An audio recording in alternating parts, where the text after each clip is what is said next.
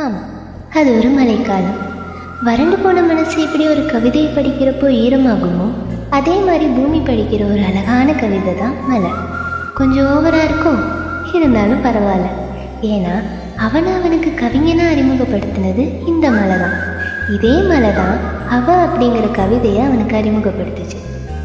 அவன் கவிஞனா என்னன்னு தெரில, ஆனால் அவ கவிதை தான். மழை காலம்னு தெரிஞ்சும் கொடையை வீட்டில் வச்சுட்டு வந்த அவனை நம்ம என்ன வேணால் நினைக்கலாம். ஆனால் அவனுக்கு அந்த கொடையை வீட்டில் வச்சதுனால தான் அந்த பஸ் ஸ்டாண்ட் அவனுக்கு கொடை பிடிச்சது.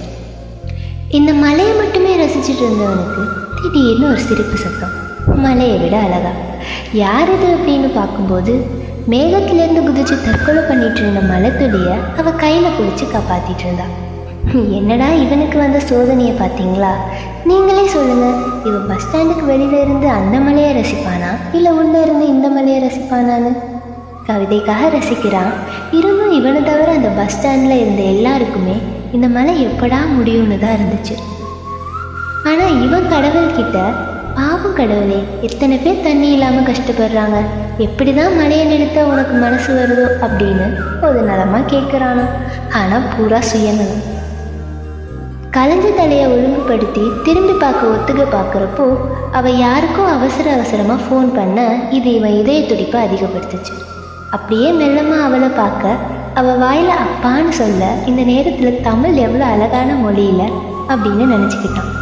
இந்த நேரத்தில் ஒரு வேளை அவள் டேடின்னு சொல்லியிருந்தா இங்கிலீஷ் எவ்வளோ அழகுல அப்படின்னு சொல்லியிருப்பான். பேசாமல் கொடையை எடுத்துகிட்டு வந்திருந்தா இந்த சினிமாவில் காட்டுற மாதிரி கொடையை கொடுத்து சிரித்து பேசி அப்படின்னு அவன் கனவுக்குள்ளே போகிறதுக்குள்ளே அவள் வந்த பஸ்ஸுக்குள்ளே ஏறிட்டா. என்னடா பண்ணுறது ஒன்றுமே புரியாமல் நிற்கிறப்போ அவனுக்கு பிடிச்ச பாட்டு போட்டாங்கன்னு ஊர் பேர் தெரியாத பஸ்ஸில் ஏறினது அவனுக்கு ஞாபகம் வருது.